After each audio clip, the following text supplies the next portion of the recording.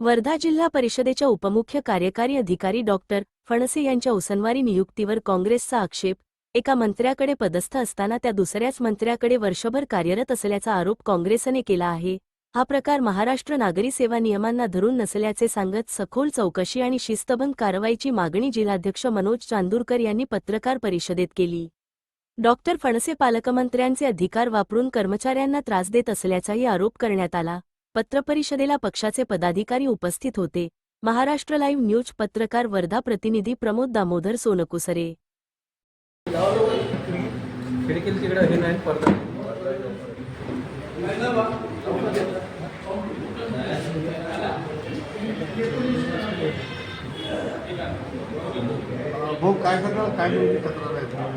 तक्रार अशी होती का सध्या राज्यात भाजपचं सरकार आहे आणि भाजपच्या सरकारमध्ये नियमानं जे सरकार प्रशासन चालायला पाहिजे हे नियमानं न चालता कसं गैरनियमान चालू आहे.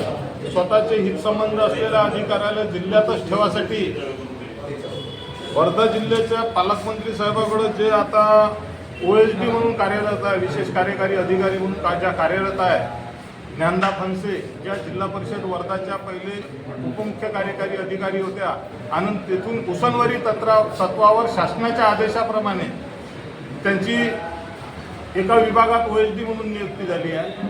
पण त्यांची नियुक्ती होताना जो काही आदेश त्याला शासन स्तरावरून प्राप्त झाला किंवा जिल्हा परिषदमधून ज्यांना ज्या ठिकाणी कार्यान्वित करण्यात आले त्या विभागाकडं न जाता त्या दुसऱ्या विभागाकडं कार्य करत आहे. म्हणजे ज्या ठिकाणी त्याची बदली झाली त्या ठिकाणी न जाता त्या दुसऱ्या विभागाच्या आस्थापनेवर कार्य करत आहे.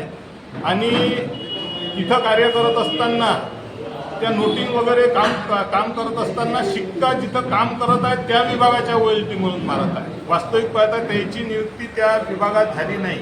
हा प्रकार 1 वर्षापासून सुरू आहे आणि याचा कार्यरुजू अहवाल कोणाला जाते, कोण म्हणजे याच्या सुट्ट्या कोण मंजूर करते आणि हा एवढा मोठा घोटाळा या जिल्हा परिषद आपल्या या वर्धा प्रशासनात 1 वर्षापासून चालू आहे.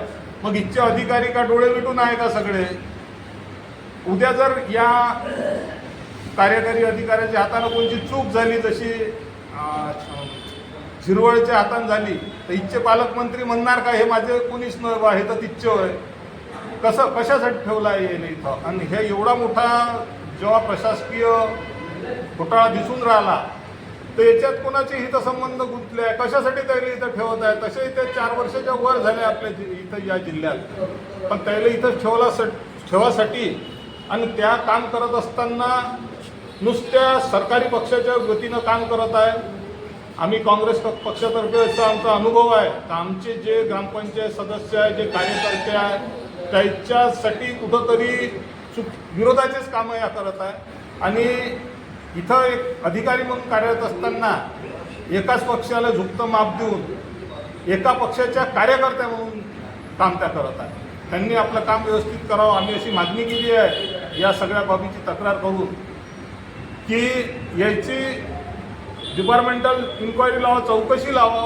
दोषी असल्या तर त्याच्यावर शिस्तभंगाची कारवाई करावं. त्यानं त्याच्यासोबत जे लोक याच्यात जबाबदार आहे हे थाकणारे त्याच्यावरही कारवाई करावं. आला टाईम तर याच्यावर फौजदारी गुन्हा दाखल करावा. आमचं काम होतं हे आम्हाला प्रशासनाच्या नजरेस आणून दिलं, आम्ही आज केलेलं आहे. आणि जर याच्यात आम्हाला न्याय मिळाला नाही तर पुढची पायरी आम्ही कोर्टातही जाऊ शकतो. या बाबतीत भाऊ, पंचायत विभागाच्या त्या डेप्युटी सीओ होत्या, तुम्हाला अनुभव होते, तुमच्या तक्रारी होत्या. ही तक्रार करण्याला वेळ झाली नाही का? दुसरी बाब, यशवंत महाविद्यालयामध्ये LLBला त्यांची ॲडमिशन आहे. त्या मोठ्या हुद्द्यावर असताना त्यांना असं शिक्षण घेता येतं का? शिक्षण घेता येत नसेल तर या संदर्भात आपण कुठली काय भूमिका घेणार आहात? नाही, ते यशवंत महाविद्यालयात शिक्षण तर घेता येत नाही अधिकारी वर्गावर असताना, पण कोणचा त्यानं एखादा जर परमिशन वगैरे काढली असेल तर ते शोधा लागत. तसं हे नियमबाह्यच आहे. पण त्यानं असं करायला नाही पाहिजे. काम करत असताना शिक्षण घेऊन राहिलं, महाविद्यालयात ॲडमिशन घेऊन कारण का काम करत असताना बरेचसे लोक आपल्याला शिकत राहते. पण त्याच्यासाठी ते इथं परवानगी काढली की नाही काढली ते पहिले शोधा लागतं. आणि तशी जर नसेल काढली परवानगी तर त्याच्याही बाबतीत आम्ही पुन्हा वेगळी तक्रार करू. आणि पहिले जेव्हा त्या उपमुख्य कार्यकारी होत्या पंचायत, तेव्हा त्याचा ग्रामीण भागात ग्रामपंचायतची चौकशी लावणे, जे अधिकारी त्याचे ऐकत नाही, ग्रामविकास अधिकारी ग्रामसेवक, त्याला नियमबाह्य कामं करण्यास भाग पाडणे, त्याला आमसभेचे ठराव बदलावला लावणे, नाही बदलवले त्याची 2-3दा चौकशी लावून त्याला त्रस्त करून टाकणे, शेवटी त्या एक तर बदलून जाय किंवा त्याच्या मनानं ऐके, अशा टाईपचे कामं याचे पहिले होते. त्याच्याचमुळं त्याला इथं बदली वरिष्ठ पदावर इथंच ठेवून घेतलं गेलं आणि तेच कामं ते करत आहेत. ग्रामपंचायतला जे साहित्य वाटप केलं जात होतं त्याचा कंत्राट जो आहे तो व्हाईटपूर येथील एका कंत्राटाला त्यांच्या अखत्यारीतला दिला गेला होता. त्याच्या संदर्भातही मोठ्या प्रमाणात तक्रारी झाल्या, पेपरबाजी झाली. त्याच्या संदर्भात काही आपण हे करणार आहात? ग्रामपंचायत वाईटपूर नाही, जिल्ह्यातल्या सगळ्या ग्रामपंचायती सध्या ग्रामपंचायतीवर प्रशासक आहे, प्रशासक आणि ग्रामविस्तार अधिकारी. आणि हे प्रशासक आणि ग्रामविस्तार अधिकारी पूर्णपणे वरचे जे नेते आहे, जे सध्या लोकप्रतिनिधी आहे, त्याचं ऐकते. आमच्या गावातल्या तर भागातल्या एका ग्रामपंचायतचा असा अनुभव आहे, छोटंसं काम 5 लाखाचं त्याचा गावातला एखादा पोरगा घ्यायला गेला तर तो ग्रामसेवक त्याला सरळ सांगते का हे काम टेंडर निघणार नाही, आमदार जो माणूस पाठवून त्याला देण्यात येईल. आमदार लोक सरळ ग्रामसेवकाला फोन करून राहिले, ग्रामपंचायतवर प्रशासक आहे, तिथं कोणची हे नाही आहे, त्याचे कामं वापरून राहिले. तर वाईटपूरचं काय सांगतं, प्रत्येक ठिकाणची जर चौकशी जर झाली सखोल तर या साऱ्या गोष्टी उघडकीस येतील.